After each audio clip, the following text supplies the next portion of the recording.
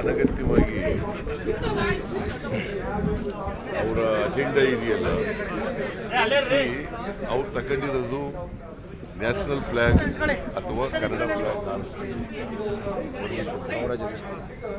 But ನಮಗೆ ವಿರೋಧ ಇಲ್ಲ ಯಾವುದೇ ಜೆಂಡ ಇದು ಮಾಡೋಕ್ಕೆ. ನಾಳೆ ಒಂದು ಈಶಾಭಿಷ ಥರ ಮಾಡ್ಬೋದು, ಹಂಗೆಲ್ಲ ಮಾಡೋಕ್ಕಾಗೋದಿಲ್ಲ.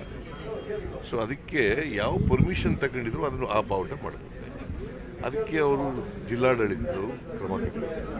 ಸರ್, ಅಶೋಕ್ ಅವರು ಹೋಗ್ತಾವ್ರೆ, ಕುಮಾರಸ್ವಾಮಿ ಅವರು ಹೋಗ್ತಾರೆ, ಹೋಗಿ ಪ್ರೊಟೆಸ್ಟ್ ಮಾಡಿ ಪ್ರಚೋದನೆ ಆಗ್ತಾ ಇದೆ. ಅವರೇ ಪ್ರಚೋದನೆ ಮಾಡ್ತಾ ಇರೋದು.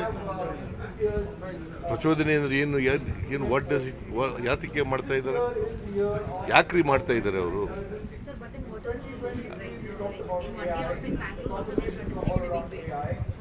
No, my point is why they are instigating people. What for? Let me know. What for they are instigating? Why they are instigating? See, election ಬರ್ತಾ ಇದೆ, ಅದಕ್ಕೋಸ್ಕರ ಇವೆಲ್ಲ ಮಾಡ್ತಾ ಇದ್ದಾರೆ. ಎಲೆಕ್ಷನ್ಗೋಸ್ಕರ ಇವೆಲ್ಲ ಮಾಡ್ತಾ ಇದ್ದಾರೆ. ಸಿ, ಅವರು ನಮ್ದೇನು ತಕರಾರಿಲ್ಲ.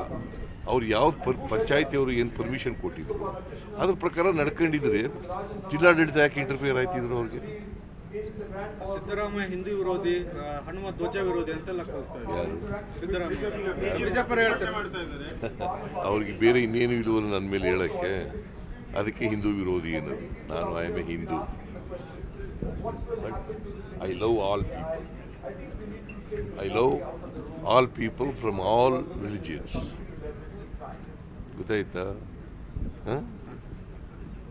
ಎಲ್ಲ ಸೆಕ್ಯುಲರಿಸಮ್ ಅಂದ್ರೆ ಏನು?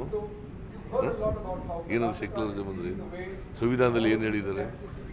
ಸಹಬಾಳ್ವೆ ಸಹಿಷ್ಣುತೆ, ಸಹಬಾಳ್ವೆ ಸಹಿಷ್ಣುತೆ, ಅದರಲ್ಲಿ ನಂಬಿಕೆ.